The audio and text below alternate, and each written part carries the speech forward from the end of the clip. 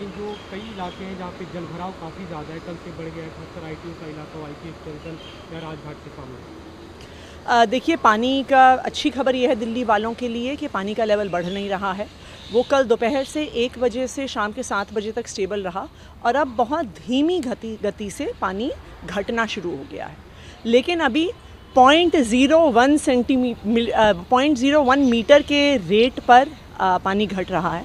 तो पानी का लेवल नीचे जाने में अभी आप मान लीजिए 1 दिन तो लगेगा।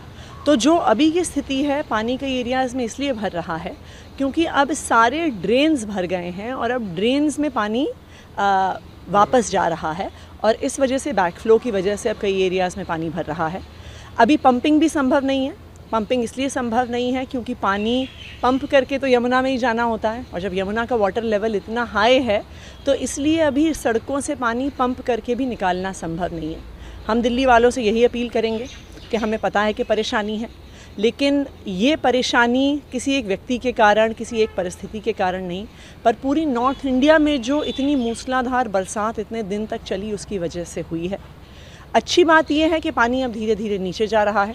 सबसे बस मेरी ये रिक्वेस्ट है कि जिसको घर से निकलने की ज़रूरत नहीं है वो अपने घर में रहें, कि सड़कों पर जो सिर्फ इमरजेंसी रिक्वायरमेंट्स हैं उनके लिए से ट्रैफिक चले। लेकिन बारिश हुई नहीं, यमुना के स्तर में भी कमी आ रही है, लेकिन कल की तुलना में ज़्यादा जलभराव आज दिख रहा है, खासकर जो ITO का इलाका है या इंद्रप्रस्थ का इलाका है। देखिए, उसमें बारिश की वजह से ये पानी नहीं भर रहा है। ये इसलिए भर रहा है कि जिन जिन एरियाज़ में कल जलभराव हुआ है अब उनकी ड्रेन्स भी सारी भर गई हैं। अब ITO से पानी बह के दिल्ली, पुरानी दिल्ली की ड्रेन में जाता है, लेकिन अब लाल किले में और उसके आसपास पूरा पानी भरने की वजह से जो सारी पुरानी दिल्ली की ड्रेन्स हैं वो भर गई। दूसरी बात ये है कि अब आप देखिए, दिल्ली में इस फ्लडिंग की वजह से जो हथनी कुंड से इतना पानी आया है, एक तरह से दिल्ली एक रिजर्वायर बन गई है।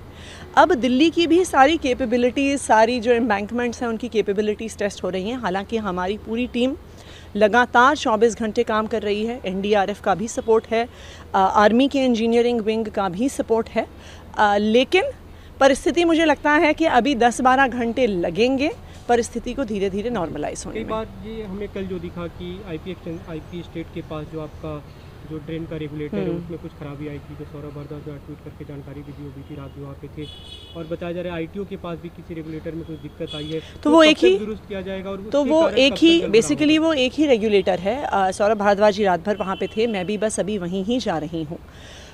वहाँ पर INFC की टीम, MCD की टीम, PWD की टीम, यहाँ तक कि अब हमारी आर्मी की भी इंजीनियरिंग विंग से बात हो रही है कि उसको तुरंत बंद किया जाए। जैसा मैंने कहा, हर गेट की, हर रेगुलेटर की, हर एम्बैंकमेंट की, बराज की सारी कैपेसिटी अब टेस्ट हो रही है, क्योंकि 3 दिन से यमुना में 207-208 फुट का पानी भरा हुआ है।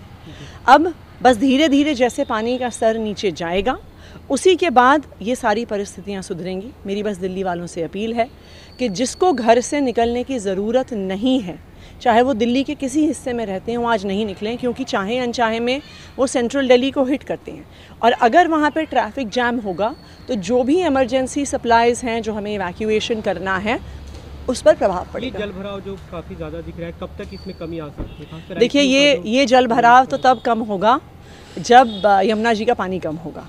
तो जैसे जैसे पानी कम होगा तो ड्रेन्स के पानी को हम पंप करके यमुना में डाल पाएंगे, लेकिन जब तक यमुना का लेवल थोड़ा और डाउन नहीं होता है तब तक ड्रेन्स की पंपिंग पॉसिबल नहीं। आपने कहा ये किसी आदमी के कारण नहीं, लेकिन बीजेपी खुले तौर पे आरोप लगा रही है। अनुराग ठाकुर जो केंद्रीय मंत्री, उनका कल बयान है कि कुछ लोग जो शीश महल में रहते हैं वो दूसरों पे आरोप लगाते हैं, वो दूसरों का देश क्या जाने। देखिए, सबसे पहले तो बहुत दुख की बात है कि ऐसी आपातकाल स्थिति में भी भारतीय जनता पार्टी को सिर्फ राजनीति करने का समय मिल रहा है। ये समय है सबके साथ काम करने का। और मैं इस बात से अचंभित हूँ कि अनुराग ठाकुर जी को लगता है कि अरविंद केजरीवाल जी में इतनी चमत्कारिक क्षमता है कि वो हिमाचल प्रदेश में बारिश करवा सकते हैं, कि वो हरियाणा में बारिश करवा सकते हैं। क्योंकि जो आज दिल्ली में पानी आ रहा है, ये दिल्ली में बरसात की वजह से नहीं आ रहा है। हम सबको पता है दिल्ली में पिछले 4 दिन से एक बूंद पानी नहीं बरसा है। जो आज सारा पानी दिल्ली में है ये हरियाणा की हथनी कुंड बराज से बहते हुए यमुना में आया है। हम हरियाणा को दोष नहीं दे रहे हैं। जैसा कि शेखावत जी ने हमें बताया, ये हथनी कुंड बराज में रिजर्वायर नहीं है, वहाँ पर पानी रोकने की कैपेबिलिटी नहीं है। तो उनके पास हिमाचल से जितना पानी आया, उत्तराखंड से जितना पानी आया, उनके पास कोई ऑप्शन नहीं है उसको यमुना में छोड़ने के अलावा।